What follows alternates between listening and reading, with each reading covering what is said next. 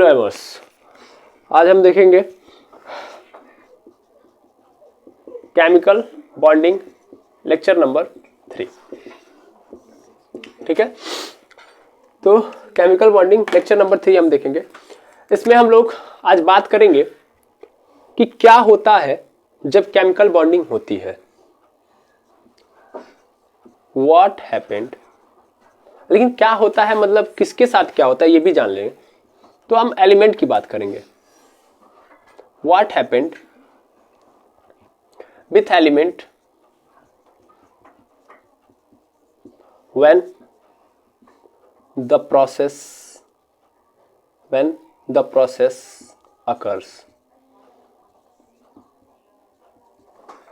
अब प्रोसेस मतलब CB, chemical bonding का प्रोसेस जब होता है तो क्या होता है। ठीक है, हिंदी वाले भी समझ लें, आप लोगों का थोड़ा महंगा लैंग्वेज है इसलिए यूज़ कम होता है। क्या होता है जब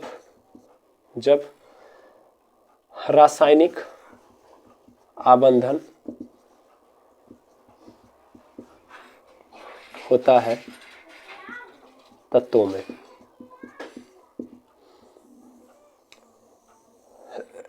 चलो देखो, तो मेनली क्या होता है इसको देखने के लिए हम लोग एक ग्राफ बनाते हैं। ठीक है ना, लेकिन ग्राफ बनाने से पहले मैं थोड़ी बहुत बातें पहले प्रैक्टिकल समझा दूं। देखो यार, ये एक एलिमेंट है, ये एक एलिमेंट है, एक दूसरा एलिमेंट है। यहाँ पे दोनों को सेम सेम लेता हूँ, ये भी एक हाइड्रोजन है, ये भी एक हाइड्रोजन है। ठीक है, हाइड्रोजन के बीच में क्या होता है, न्यूक्लियस होता है। हाइड्रोजन के बीच में क्या होता है, न्यूक्लियस। न्यूक्लियस पे कैसा चार्ज होता है, प्लस चार्ज। यहाँ भी न्यूक्लियस है, न्यूक्लियस पे कैसा चार्ज होता है, प्लस चार्ज। तो न्यूक्लियस पे पॉजिटिव चार्ज होता है, पॉजिटिव चार्ज। और एक हाइड्रोजन के अंदर एक प्रोटॉन होता है, सिंगल एक प्रोटॉन होता है, और सिंगल एक इलेक्ट्रॉन होता है। सिंगल एक क्या होता है, इलेक्ट्रॉन। ठीक है, अब अगर हम बात करेंगे यहाँ पे, तो मान लीजिए मैं क्या कर रहा हूँ, इसमें ये वाला जो हाइड्रोजन है, ये वाला हाइड्रोजन है, इन दोनों हाइड्रोजन को पास लेके आ रहा हूँ। ठीक है, तो चलिए देखते हैं, पहले पास लेके आते हैं तो क्या होता है। तो जब मैं इन दोनों को लेके आऊंगा पास, तो होगा क्या कि ये रहा न्यूक्लियस, ये रहा दूसरा न्यूक्लियस। ठीक है ना, इन दोनों के डिस्टेंस को पहले हम जान लेते हैं कि इन दोनों को बोलते हैं inter nucleus distance. Inter nuclear distance, ठीक है ना, डिस्टेंस पिकोमीटर में हम लोग लेते हैं। ठीक है ना, PM में नापते हैं, बहुत छोटा होता है, 10⁻⁻15 तक माना जाता है न्यूक्लियस रेडियस का। ठीक है ना, रेडियस बहुत छोटा होता है ना, इसलिए मैं इसको PM में ले रहा हूँ। अब देखना ध्यान से, इंटर न्यूक्लियर डिस्टेंस है। अब मैं क्या कर रहा हूँ, इस इंटर न्यूक्लियस डिस्टेंस को कम कर रहा हूँ। ठीक है ना, इंटर न्यूक्लियस डिस्टेंस को कम कर रहा हूँ। अच्छा, हिंदी वाले भूल जाएंगे, गड़बड़ा जाएगा। अंतः नाभिकीय दूरी, अंतः नाभिकीय दूरी। ठीक है ना, तो यानी नाभिक के बीच की दूरी, नाभिक की दूरी की नाभिक के बीच की दूरी को मैं क्या कर रहा हूँ, कम कर रहा हूँ। तो कम करूंगा तो ये नजदीक आना स्टार्ट होंगे, नजदीक आ रहे हैं। ये प्लस चार्ज, यहाँ पे इलेक्ट्रॉन माइनस चार्ज लेके बैठा है। फिर यहाँ पे थोड़ा सा और आगे कर लेता हूँ, और नजदीक ला दिया मैंने, और नजदीक ला दिया, तो ये रहा प्लस चार्ज, ये रहा इलेक्ट्रॉन। अब क्या होगा इसको समझना, उससे पहले थोड़ा ये समझो। हम देख रहे हैं कि इलेक्ट्रॉन पे कैसा चार्ज है, माइनस। यहाँ भी इलेक्ट्रॉन पे कैसा चार्ज है, माइनस। और चार्जेस के बीच में हम लोगों को पता है कि अगर दो चार्जेस हैं, चार्ज मतलब आवेश, दो आवेश है, तो अगर वो आवेश है तो उन आवेशों के बीच में एक बल क्रिएट हो जाता है। जब भी दो आवेश एक पास आते हैं या क्या बोलते हैं, एक साथ रिलेशन बनाते हैं, या एक उनके विद्युत क्षेत्र के अंदर आते हैं।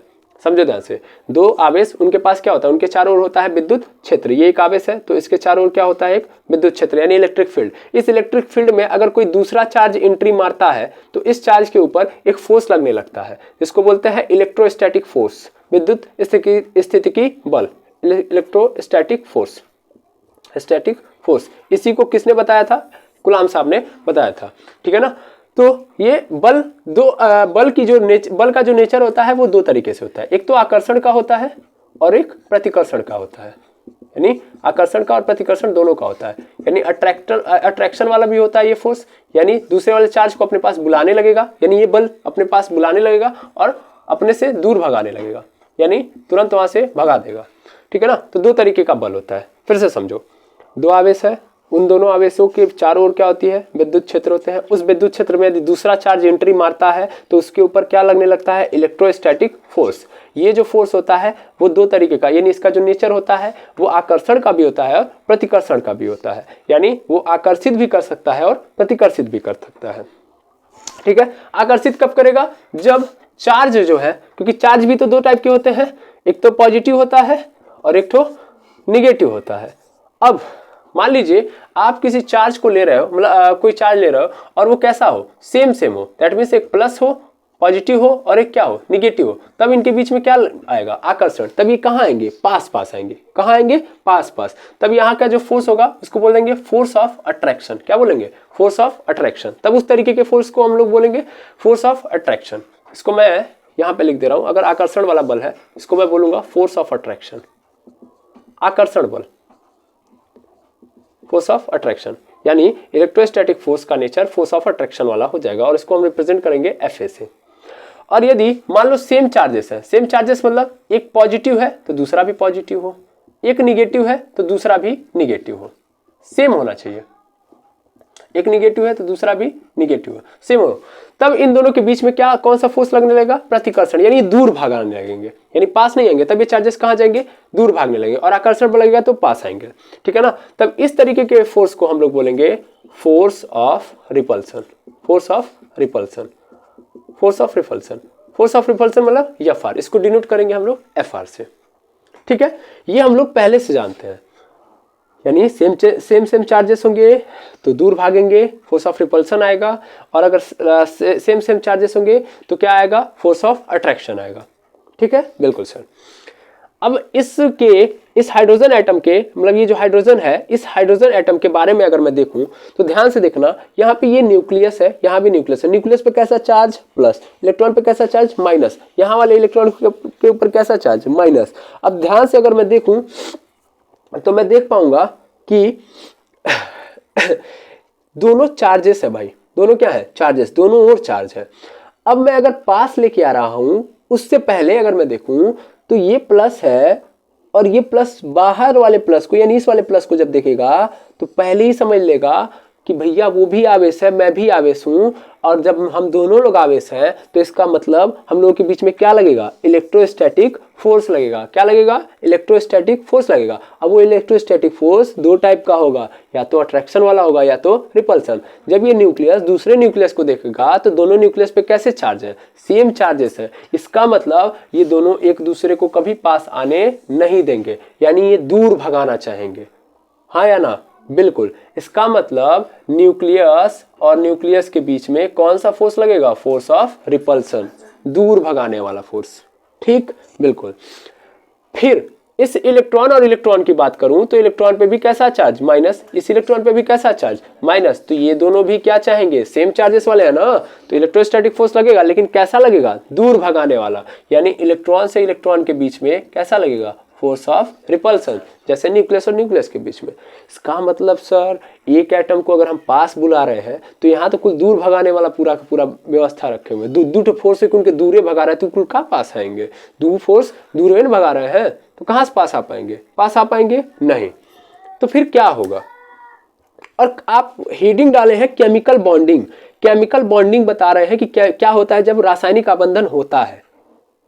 यहाँ पे तो कुछ नहीं समझ में आ रहा कि रासायनिक आबंधन का कौन, तो यहाँ पे दिख ही नहीं रहा कि रासायनिक आबंधन हो रहा है। तो मैं बोलूंगा कि रुको जरा, सब्र करो, आएगा।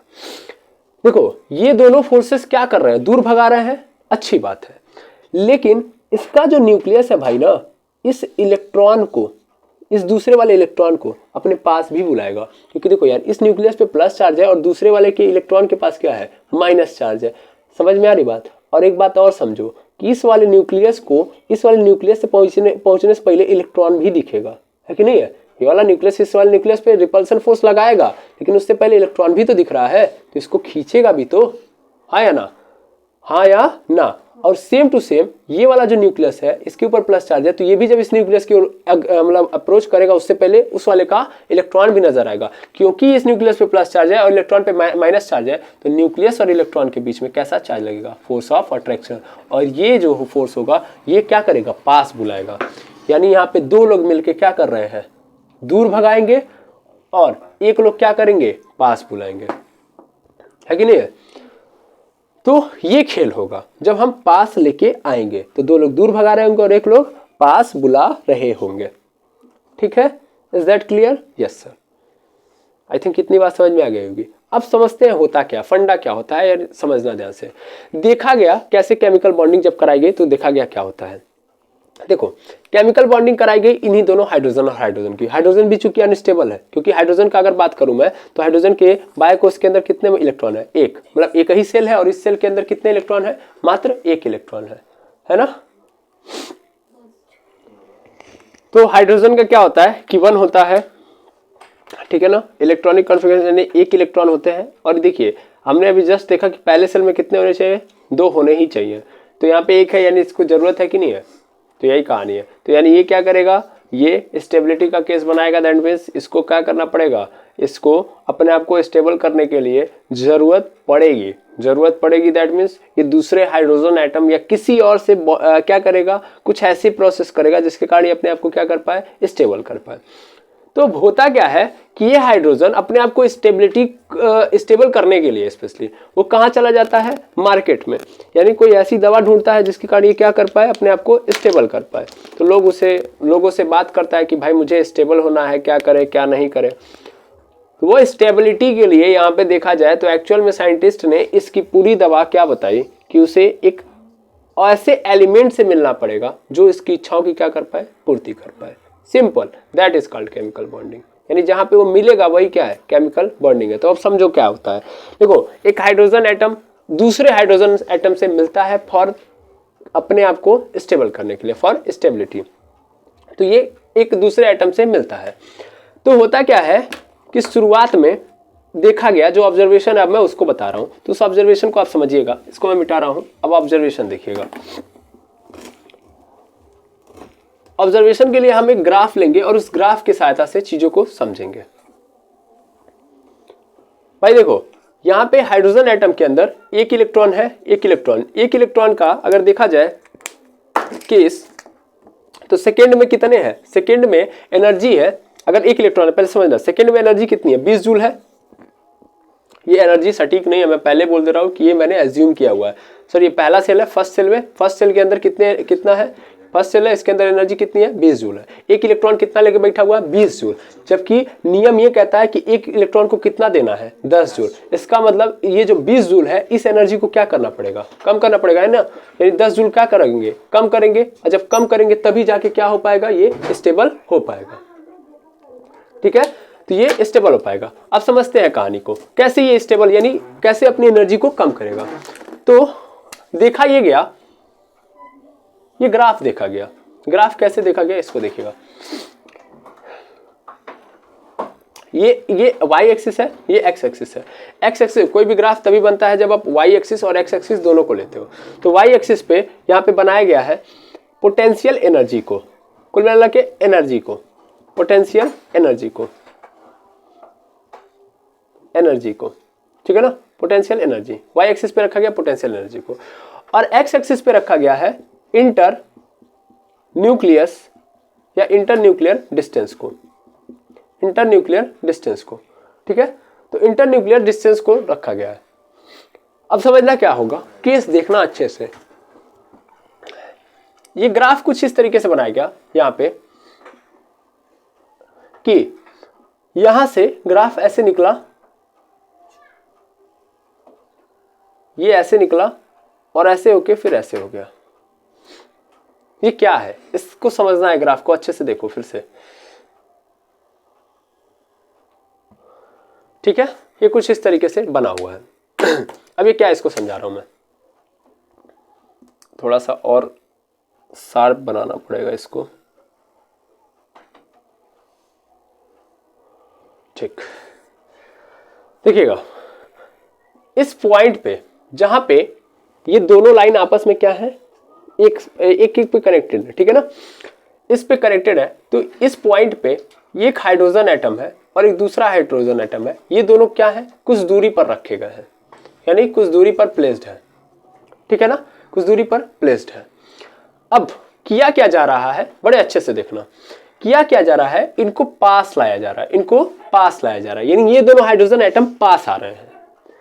अब ये पास कैसे आ सकते हैं, तो पास लाने वाला कोई फोर्स होगा तभी आ सकते हैं। बिकॉज एक हाइड्रोजन एटम की बात करें तो ये भी क्या होता है, ये भी क्या होता है भाई, ये भी तो कैसा होता है, इसके ऊपर कोई चार्ज नहीं होता है, न्यूट्रल होता है। कैसा होता है, ये न्यूट्रल होता है। तो फिलहाल में ये दोनों चार्जेस के अप्लाई, मतलब ये चार्जेस इनके ऊपर नहीं लगेंगे, मतलब एक हाइड्रोजन एटम यहाँ पे रखूंगा, एक हाइड्रोजन एटम यहाँ पे रखूंगा, तो इनके बीच में कोई भी फोर्स नहीं लगेगा।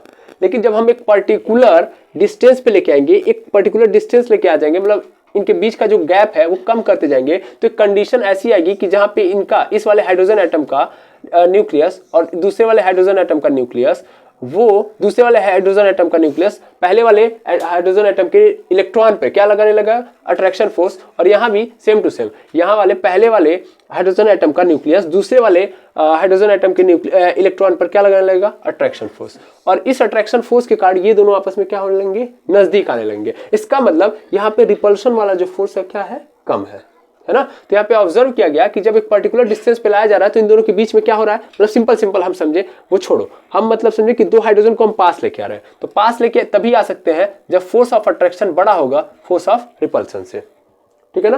फोर्स ऑफ रिपल्सन से क्या होगा, बड़ा होगा। आई बात समझ में, फोर्स ऑफ रिपल्सन से बड़ा होगा।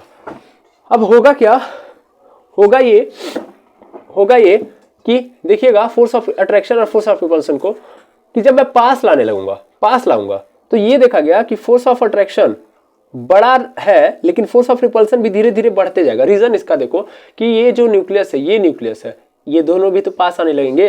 यानी जब हम इंटर न्यूक्लियर डिस्टेंस को कम करेंगे, इंटर न्यूक्लियस को डिस्टेंस को कम करेंगे, तो ये देखना क्या हो रहा है, ये जब मैं करूंगा हाइड्रोजन एटम और हाइड्रोजन एटम को पास लेके आऊंगा, यानी इंटर न्यूक्लियर डिस्टेंस को मैं क्या कर रहा हूं, आगे की ओर बढ़ा रहा हूं। तो इंटर न्यूक्लियर डिस्टेंस यहाँ पे बढ़ने का मतलब यहाँ पे ध्यान देना है, इसको मैं पास लेके आ रहा हूँ, इसको समझो। देखो इधर लेके आ रहे हो ना तुम, हम लोग अप्रोच किधर कर रहे हैं, इधर की ओर। देखो भाई एक्स एक्सिस पे आगे जाने पे वैल्यू बढ़ती है और पीछे आओगे तो उतना ही वैल्यू घटेगी। हम क्या कर रहे हैं, पास लेके आ रहे हैं, इसका मतलब इधर जा रहे हैं, हम लोग किधर अप्रोच कर रहे हैं, इधर। इसका मतलब नंबर्स कम हो रहे हैं, यानी इंटर न्यूक्लियस डिस्टेंस को कम कर रहे हैं, यानी हम कम कर रहे हैं। जब हम कम करेंगे तो ये देखा गया कि ये जो एनर्जी है इनके बीच का, यानी जो एनर्जी वाला कंडीशन है दोनों एटम्स के बीच का, वो क्या होने लगा, कम होने लगा। पहले एनर्जी कहाँ थी, यहाँ पे थी ना, लेकिन अब देखो क्या होने लगी, कम होने लगी। ये क्या हो रही है, पोटेंशियल एनर्जी नीचे जा रही है, नीचे जा रही नहीं जा रही है। तो यानी जब दो हाइड्रोजन एटम पास आने लगे तो इनकी पोटेंशियल एनर्जी क्या होने लगी, कम होने लगी, ठीक है ना, कम होने लगी।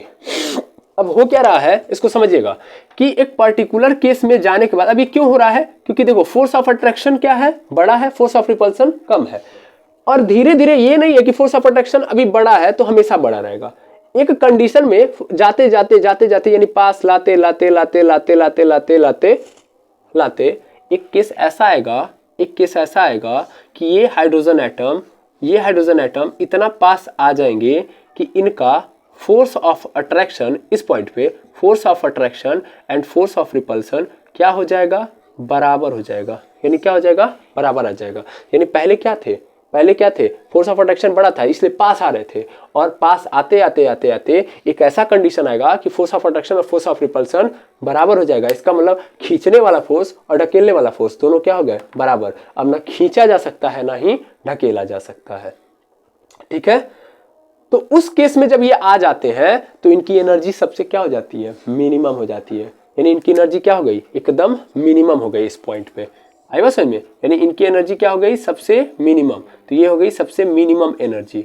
और जो ही मिनिमम एनर्जी हो गई, ये देखा गया कि ये दोनों हाइड्रोजन एटम आपस में क्या हो गए, कंबाइंड हो गए। आपस में क्या हो गए, कंबाइंड हो गए। और कंबाइंड हो गए तो यही है आपका केमिकल बॉन्ड। यानी यही क्या हो गया, फॉर्म, केमिकल बॉन्ड फॉर्म हो गया। आई बात समझ में, इनके बीच में क्या फॉर्म हो गया, केमिकल बॉन्ड। तो केमिकल बॉन्ड वो प्रोसेस है जिसमें दो एटम्स आपस में क्या हो गए, कंबाइंड हो गए। और कंबाइंड हो गए इसका मतलब उनके बीच में एक रिलेशन एस्टेब्लिश हो गया ना वो दूर भागना चाह रहे हैं ना ही वो पास आना चाह रहे हैं। यानी क्या बोलते हैं, इक्विलिब्रियम वाली कंडीशन आ गई। और ये तभी पॉसिबल है जब हम क्या हो गए हैं, स्टेबल हो गए हैं। दैट मीन्स हम एक बॉन्डिंग क्रिएट कर लिए हैं, है कि नहीं है। तो वो एक पर्टिकुलर कंडीशन बन जाती है। तो ये हो गया केमिकल बॉन्ड, ठीक है ना। यहाँ पे जो बना है यही बना है कि अब ये इनको कंबाइंड, अब देखो ना एटम दूर जा रहा है ना ही पास आ रहा है, स्टेबल हो गया कि नहीं हो गया। तो इसका मतलब अब दोनों को, मतलब इन दोनों को आपस में कोई जोड़ के रखा हुआ है कि नहीं रखा हुआ है, तो वो जोड़ के जो रखा हुआ है वही क्या है, केमिकल बॉन्ड है। और इस दौरान देखा गया कि इनकी एनर्जी क्या हो गई है, मिनिमम। यानी वो जो हाइड्रोजन एटम था जिसको यहाँ पे मतलब इसके पास एनर्जी ज्यादा थी ना, 10 जूल एनर्जी क्या थी, एक्स्ट्रा थी कि नहीं थी, अब ये 10 जूल एनर्जी क्या हो गई, कम।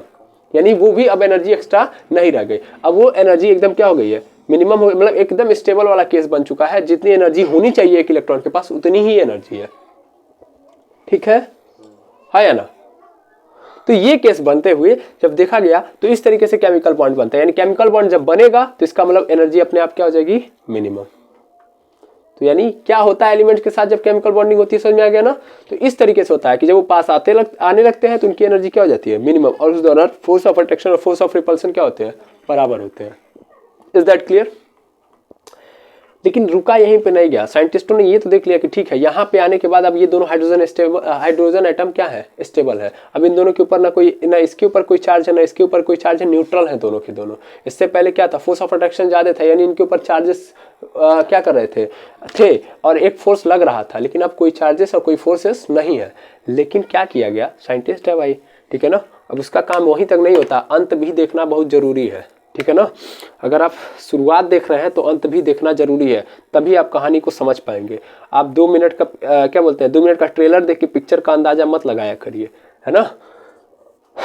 तो कहानी ये बनती है कि अगले केस में क्या होता है कि इस हाइड्रोजन एटम का इंटरन्यूक्लियर डिस्टेंस यहाँ तक घटाया गया। उसके बाद क्या किया साइंटिस्टों ने, इसके बाद डिस्टेंस को थोड़ा और कम करके देखा। मतलब यहाँ पे तो आके फोर्स ऑफ अट्रैक्शन और फोर्स ऑफ रिपल्सन क्या हो गए, बराबर। लेकिन अगले केस में उन्होंने क्या किया कि डिस्टेंस को और घटाना स्टार्ट किया। क्या किया, और घटाना स्टार्ट किया। तो अगली बार क्या हुआ, देखिए अभी ये सिचुएशन चल रही है, ये इलेक्ट्रॉन है, ये इलेक्ट्रॉन है, ये न्यूक्लियस है, ये न्यूक्लियस है, ये न्यूक्लियस इसको खींच के रखा है, ये न्यूक्लियस ये वाला न्यूक्लियस इस इलेक्ट्रॉन को खींच के बैठा है, ये वाला न्यूक्लियस उस इलेक्ट्रॉन को खींच के बैठा है। और हो क्या रहा है, इस इलेक्ट्रॉन के बीच में रिपल्सन फोर्स लग रहा है और इस न्यूक्लियस और न्यूक्लियस के बीच में रिपल्सन फोर्स लग रहा है। लेकिन ये सभी के सभी क्या है, बराबर है। यानी फोर्स ऑफ रिपल्सन जितना हो रहा है, ठीक है ना, उतना ही अट्रैक्शन फोर्स है। यानी दोनों ना पास जा सकते हैं ना दूर। लेकिन हमने जबरदस्ती उनको क्या किया, पास कर दिया और पास कर दिया। तो और पास जब किया मैंने, यानी अंदर थोड़ा सा ये सेल चला गया, सपोज कर लो, ठीक है ना। यानी इंटरन्यूक्लियर डिस्टेंस को और घटा दिया, यानी इनके नाभिकों के बीच की दूरी और कम की। जब नाभिकों के बीच की दूरी और कम की तो नजर आया, क्या नजर आया, ये नजर आया कि अब फोर्स ऑफ रिपल्सन बड़ा हो गया, फोर्स ऑफ रिपल्सन बड़ा हो गया फोर्स ऑफ अट्रैक्शन से, फोर्स ऑफ रिपल्सन बड़ा हो गया फोर्स ऑफ रिपल्सन से, और फोर्स ऑफ अट्रैक्शन से। फोर्स ऑफ अट्रैक्शन से जो ही फोर्स ऑफ रिपल्सन बड़ा हुआ, यह एनर्जी पुनः बढ़ने लगी, यह एनर्जी क्या हो गई, पुनः बढ़ने लगी। यह एनर्जी देखिए फिर से क्या होने लगी, बढ़ने लगी। और ये तब हुआ जब फोर्स ऑफ रिपल्सन क्या हो गया, बड़ा हो गया फोर्स ऑफ अट्रैक्शन से, ठीक है ना। यानी पुनः वो जो दोनों एटम्स थे वो पुनः किस केस में चले गए, अनस्टेबल केस में चले गए, ठीक है। फोर्स ऑफ अट्रैक्शन रिपल्सन बढ़ते ही ये दोनों पुनः किस में चले गए, अनस्टेबल में चले गए, ठीक है ना। आई बात समझ में, कोई दिक्कत नहीं। तो यहां तक कोई दिक्कत होनी नहीं चाहिए, समझ में आ गया। तो यहाँ के बाद साइंटिस्टों ने ये समझा कि भाई या तो हम बहुत नजदीकियां, मतलब पहले भी बोला कि बहुत ज्यादा नजदीकियां ही फासलों को क्या करती हैं, इंतजाम करती हैं, है ना। तो बहुत नजदीक हो जाएंगे तो फासले पुनः क्या हो जाएंगे, बढ़ जाएंगे, यानी अनस्टेबल पुनः क्या हो जाएंगे, ये हो जाएंगे जब और पास आ जाएंगे, ठीक है ना। तो ये कहानी बनती है एलिमेंट के अंदर जब वो क्या होते हैं, पास आते हैं और केमिकल बॉन्डिंग का फॉर्मेशन करते हैं। तो यहाँ से एक बात और क्लियर हो गई कि केमिकल बॉन्ड क्या होता है। केमिकल बॉन्ड वो पर्टिकुलर प्रोसेस होता है जिसमें फोर्स ऑफ अट्रैक्शन और फोर्स ऑफ रिपल्सन क्या हो जाते हैं, दोनों एटम्स के बराबर हो जाते हैं। यानी फोर्स ऑफ अट्रैक्शन और फोर्स ऑफ रिपल्सन क्या कर देना है, हमको बराबर कर देना है। और जब हम बराबर कर देंगे तब जाके जो नई चीज नजर आएगी हमको, यानी इस घटना को हम लोग क्या बोलेंगे, केमिकल बॉन्डिंग। इन दो एटम के फोर्स ऑफ अट्रैक्शन और फोर्स ऑफ रिपल्सन को बराबर करना। फोर्स ऑफ अट्रैक्शन मतलब न्यूक्लियस और दूसरे वाले इलेक्ट्रॉन के बीच में और पहले वाले न्यूक्लियस के दूसरे वाले इलेक्ट्रॉन के बीच में क्या करना, जो फोर्स ऑफ अट्रैक्शन है वो फोर्स ऑफ अट्रैक्शन है। फोर्स ऑफ रिपल्सन मतलब जो इलेक्ट्रॉन और इलेक्ट्रॉन के बीच में लग रहा है और दोनों एटम्स के न्यूक्लियस के बीच में लग रहा है, तो वो क्या हो जाए, बराबर हो जाएगा। तो उस केस को ही हम लोग क्या बोलेंगे, केमिकल बॉन्ड। है बस समझ में, कोई दिक्कत नहीं। एनर्जी क्या हो चुकी है, मिनिमाइज। यहां से वो दूर भागने का कोई ऑप्शन नहीं रखेंगे। Is that clear? अब बहुत ज्यादा पास लाएंगे तो फिर से क्या बढ़ जाएगी, पोटेंशियल एनर्जी पुनः बढ़ जाएगी। ठीक है ना, पुनः बढ़ गई माने पुनः क्या हो गए, अनस्टेबल। इससे पहले क्या थे, ये यहां से लेके यहां तक क्या थे, अनस्टेबल। ये क्या है, अनस्टेबल है। यहां से यहां तक यानी अस्थायी है, यहां से लेके यहां तक भी क्या है, अनस्टेबल है। देखो फिर बढ़ रही है ना, इसका मतलब पुनः अनस्टेबल हो रहा है। लेकिन ये पर्टिकुलर पॉइंट ही क्या है, इनका स्टेबिलिटी का केस है। ठीक है, तो जिस एनर्जी से, पहले ये भी समझो, जिस एनर्जी से ये क्या हुए हैं, जिस एनर्जी से ये आपस में जुड़े हैं, तो यहां से यहां तक की जो एनर्जी है, यही तो एनर्जी है ना। इसी एनर्जी के कारण वो आपस में बॉन्डिंग बना है ना। तो इस एनर्जी को, यही एनर्जी लेके तो केमिकल बॉन्ड बना है। इतनी ही एनर्जी कम करके बॉन्ड बना है कि नहीं बना है, इतना एनर्जी रिड्यूस किया ना, इतना था, इतना कम कर दिया, तो कम करने के बाद ये बॉन्ड बना है। तो इस एनर्जी को हम लोग बोलेंगे बॉन्ड एनर्जी। यानी यहां से यहां तक की जो एनर्जी होगी वही क्या कहलाएगी, बॉन्ड एनर्जी। भाई कहां से यहां से यहां तक एनर्जी बता रहे हैं सर, ये वाला पोर्शन। भाई इस वाले पोर्शन वाई एक्सिस पे हम क्या रखे हैं, पोटेंशियल एनर्जी तो रखेंगे। तो कितनी पोटेंशियल एनर्जी कम हुई है उतनी एनर्जी क्या करेगी, इस बॉन्ड के पास आएगी। ठीक है, इतना क्लियर है पहली बात। दूसरी बात ये समझो, यहां से एक चीज और समझ में आई कि जब केमिकल बॉन्डिंग हो रही है तो एनर्जी क्या हो रही है, कम हो रही है। एनर्जी क्या हो रही है, कम हो रही है। और यदि सिस्टम की एनर्जी किसी प्रोसेस के थ्रू क्या हो रही है, कम हो रही है, तो इसका मतलब क्या हो रहा है, इसका मतलब ऐसे रिएक्शन को हम लोग क्या बोलेंगे, एक्सोथर्मिक रिएक्शन बोलेंगे। Exothermic reaction sir, exothermic reaction बोलेंगे कि एंडोथर्मिक बोलेंगे। यहाँ पे प्रोसेस में एनर्जी क्या हो रही है, कम हो रही है। सिस्टम क्या है, सिस्टम फिर से वही बात आ गई, ये दोनों सिस्टम है भाई, इन दोनों की एनर्जी क्या हो गई है, रिड्यूस हो गई है। तो रिड्यूस हो गई है तो क्या होंगे, ये एंडोथर्मिक कहलाएंगे कि एक्सोथर्मिक कहलाएंगे, एक्सोथर्मिक रिएक्शन कहलाएंगे। ठीक है ना, वो किसके अंदर चला गया है, वो उस बॉन्ड के अंदर जा चुका है। ठीक है ना, तो पहले इसको कंबाइन करेंगे, फिर मैं इस चीज को लिखवा के बता रहा हूँ। ठीक है ना, और चीजें पहले आप इसको तो देखेंगे। इस पूरे बात से हमें जो पता चला, यानी ये जो पूरी ग्राफ है उससे हमें 2-4 इन्फॉर्मेशन मिली। उस इन्फॉर्मेशन को हम लोग कलेक्ट करते हैं। सबसे पहला जो ये मिला कि फोर्स ऑफ अट्रैक्शन जब ज़्यादा होगा फोर्स ऑफ रिपल्सन से, तो जो इंटरन्यूक्लियर डिस्टेंस है वो क्या होगी, कम होगी। और जब इंटरन्यूक्लियर डिस्टेंस कम होगी तो उसके साथ साथ और क्या होगा, आर डिक्रीज होगा। मतलब आर का मतलब समझ लीजिएगा इंटरन्यूक्लियर डिस्टेंस, और उसके साथ साथ जो पोटेंशियल एनर्जी है वो भी क्या होगी, डिक्रीज होगी। यानी फोर्स ऑफ अट्रैक्शन ज़्यादा रहेगा तो आर डिक्रीज होगा, पोटेंशियल एनर्जी भी क्या होगा, डिक्रीज होगा। पहली बात। फिर एक कंडीशन, पर्टिकुलर कंडीशन के बाद force of attraction and force of repulsion क्या हो जाएंगे, बराबर हो जाएंगे। तो force of repulsion and force of attraction बराबर हो जाएंगे तो उसी केस में क्या बनेगा, दोनों के बीच, दो एलिमेंट्स के बीच केमिकल बॉन्ड का फॉर्मेशन होगा। यानी केमिकल बॉन्ड का फॉर्मेशन तभी होगा। ठीक है, और पहली बात। दूसरी बात, यहाँ पे ये समझेंगे केमिकल बॉन्ड का फॉर्मेशन होगा तो पोटेंशियल एनर्जी क्या हो जाएगी, मिनिमम हो जाएगी। यानी सबसे मिनिमम पोटेंशियल एनर्जी कब रहेगी, जब केमिकल बॉन्ड का फॉर्मेशन हो जाएगा। ठीक है ना, यानी केमिकल बॉन्ड के कारण ही फॉर्मेशन होता है, पोटेंशियल क्या बोलते हैं, पोटेंशियल एनर्जी मिनिमम होती है। ये बात समझ लेना है, पोटेंशियल एनर्जी मिनिमम मतलब केमिकल बॉन्ड फॉर्म हो गया। फिर तीसरे नंबर पे हम लोग देखेंगे, तीसरे नंबर का जो केस आता है, तीसरे नंबर के केस में देखेंगे कि अगर फिर से मैंने क्या किया कि फोर्स ऑफ रिपल्सन को इस बार बड़ा कर दिया फोर्स ऑफ अट्रैक्शन को, तो उस कंडीशन में इस बार भी क्या होगा, ये जो इंटरन्यूक्लियर डिस्टेंस है वो क्या होगा, कम होगा। लेकिन फिर से पोटेंशियल एनर्जी क्या होने लगेगी, बढ़ने लगेगी, इंक्रीज होने लगेगी। तो ये वाला जो केस है ये तो अनस्टेबल है, यानी यहाँ पे तो अनस्टेबल था, यहाँ पे क्या हो गया, स्टेबल हो गया। स्टेबल कब होगा, जब फोर्स ऑफ अट्रैक्शन और फोर्स ऑफ रिपल्सन बराबर हो जाएगा। और तीसरे केस में पुनः ये क्या हो जाएगा, अनस्टेबल हो जाएगा। ये बात याद रखनी है आपको। इस ग्राफ से हमें जो पता चला मैंने बता दिया। और एक बात समझेंगे तो यहाँ पे देखेंगे चौथे नंबर के केस में, तो जब बॉन्ड फॉर्म हो रहा है, यानी बॉन्ड का फॉर्मेशन हो रहा है, तो उस कंडीशन में बॉन्ड के फॉर्मेशन, ये जो बॉन्ड का फॉर्मेशन होता है तो ये किस तरीके का प्रोसेस है, क्योंकि बॉन्ड का फॉर्मेशन एक प्रोसेस है जिसको हम लोग केमिकल बॉन्डिंग कर रहे हैं। तो chemical bonding that means bond formation को क्या बोलेंगे, केमिकल बॉन्डिंग।